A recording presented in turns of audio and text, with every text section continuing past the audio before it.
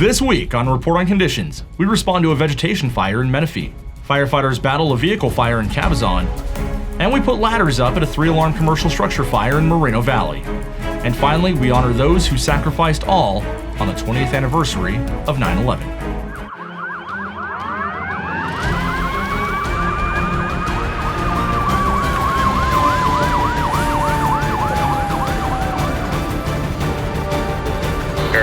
Stand by for reporting conditions.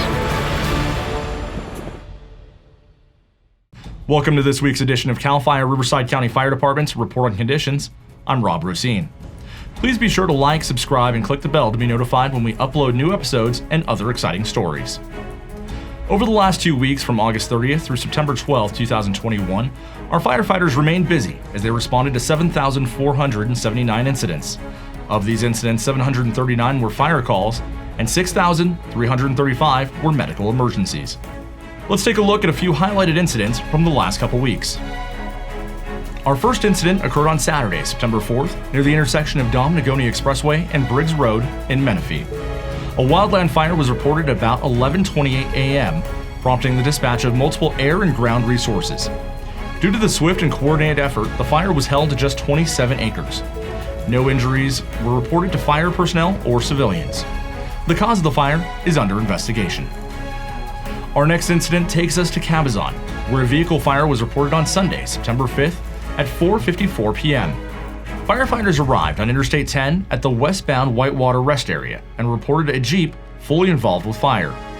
Quick action by firefighters kept the fire from spreading to nearby vegetation. No injuries were reported. On Wednesday, September 8th, firefighters were dispatched to multiple reports of a rollover traffic collision involving a military vehicle at southbound Interstate 215, just south of McCall Boulevard. A total of 5 servicemen were evaluated by paramedics at the scene and transported to 2 area hospitals, with injuries ranging from moderate to minor. Our final incident this week takes us to Moreno Valley, where on Wednesday, September 8th, at 10:30 a.m., firefighters were dispatched to reports of a ringing alarm at a commercial building on the 14,000 block of Day Street. Let's go to a report from the scene from Battalion Chief Alex Elward. We had a report of a ringing alarm in which 2 engines were dispatched. They arrived on scene to find smoke in the building and an established fire. They ordered a full structure response, and upon arrival of the battalion chief, myself, I ordered a 3rd alarm. The fire was racing on the roof of the structure, and through a coordinated effort and aggressive firefighting tactics, we were able to contain the fire to the roof and establish control of this fire.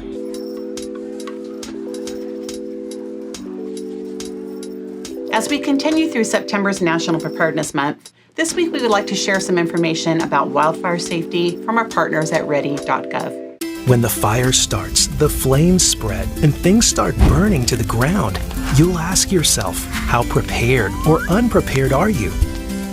Have you trimmed the trees, picked up the leaves, and cleared all the flammable debris? Did you clear a zone at least 30 feet from your home? It's best to work in unity with your entire community. Is your emergency supply kit packed? Are your documents safe?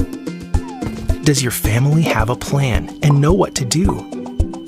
Because when the flames come your way, you need to be ready. Stay informed. Check for updates. And if you're told to go, grab your bags and hit the road.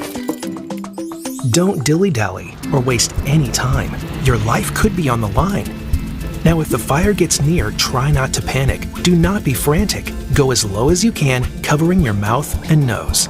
Once the flames are out and the smoke disappears, do not go home until you hear the all clear.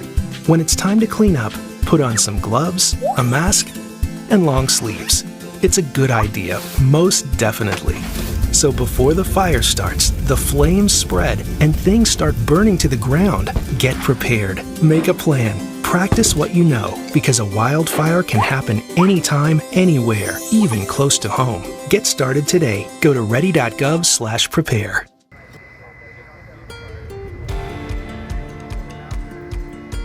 This week's Strong Work segment goes to the community of La Cresta following the Chaparral fire. These prepared residents were key in planning and implementing their evacuation plans, not only for themselves, but their animals and livestock. Let's watch more of this story with Fire Captain Richard Cordova. Hello, I'm Captain Richard Cordova here on the Chaparral incident. This week's strong work goes out to the citizens of the surrounding area. These citizens came together in a timely manner to help evacuate large animals, including horses, and they did this in a timely and safe manner. So we were getting ready to take a nap, and our friend called and woke us up and said to look out the window. So we look out the back window, and you could see the flames, and the sky was dark, really dark and ominous. We knew immediately it was serious.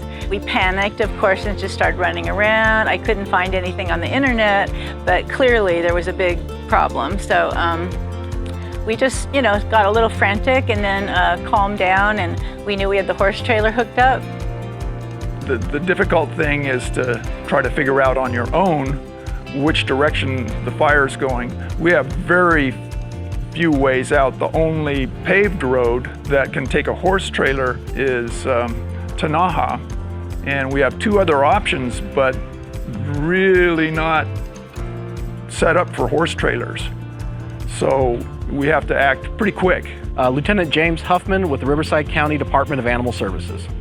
We had some of our animal control officers responding out to a staging area. We also brought in our rears volunteer team, which is a team of specially trained volunteers who have been trained and vetted to be able to go into disaster operational areas and assist us in evacuation, housing, or caring for animals. We also established animal shelters for any evacuated animals that may have needed them. In this particular incident, the community did a really great job of coming together, and through a lot of smart planning and resource management, managed to accommodate their animals themselves or have alternate locations to take their pets to, so they did not need our assistance as much as in some previous incidents. So if any firemen are watching this, thank you, thank you, thank you. Everyone in this community, it just thinks you are all our heroes. Riverside County answered the call for assistance to New York following the 9/11 attacks on our country. Urban Search and Rescue Task Force 6 assembled and deployed on September 11, 2001, and included many of our own firefighters who answered the call at Ground Zero. They're Steve Beach, Steve Brooker, Jorge Juarez, Jerry Rodman, Tim Buckley, Jerry Salmeron, Chuck Tasker, Clarence Homer, and Richard Eggerman. On the 20th anniversary of September 11th, firefighters in Riverside County and across the country paid their respects in honoring our fallen brothers and sisters and all of the victims of this horrific attack. To conclude this week's Report on Conditions, we'd like to share some images from a few of these ceremonies throughout Riverside County.